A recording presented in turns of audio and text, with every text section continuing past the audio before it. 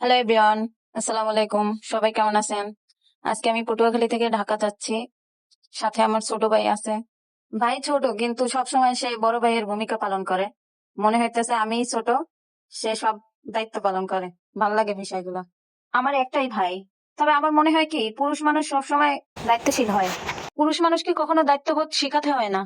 আর যে পুরুষকে দায়িত্ববোধ শিখাতে হয়, সে পুরুষ নামমাত্র পুরুষ। কারণ সত্যিকার পুরুষ বরাবরই দায়িত্বশীল। পরিবারের ভাই থেকে শুরু করে, বাবা কিংবা প্রেমিকা থেকে শুরু করে ঘরের বউ পর্যন্ত প্রতিটা পুরুষই কোনো না কোনো দায়িত্বের মধ্যে দিয়ে যায়। পুরুষ মানুষের কান্না যেমন বেমানান, ঠিক তেমনি দায়িত্বহীন পুরুষ বেমানান। দায়িত্ববোধের কাছে পুরুষ কখনো পরাজিত হতে চায় না। যেমন আমার হাজবেন্ড, সব বিষয়ে সে আমাকে টেক কেয়ার করবে, আলহামদুলিল্লাহ। যাই হোক, দেখতে দেখতে অনেক দূর চলে আসলাম। বিরতি দিল, খাওয়া দাওয়ার পরে আবার ঢাকার উদ্দেশ্যে রওনা দিল।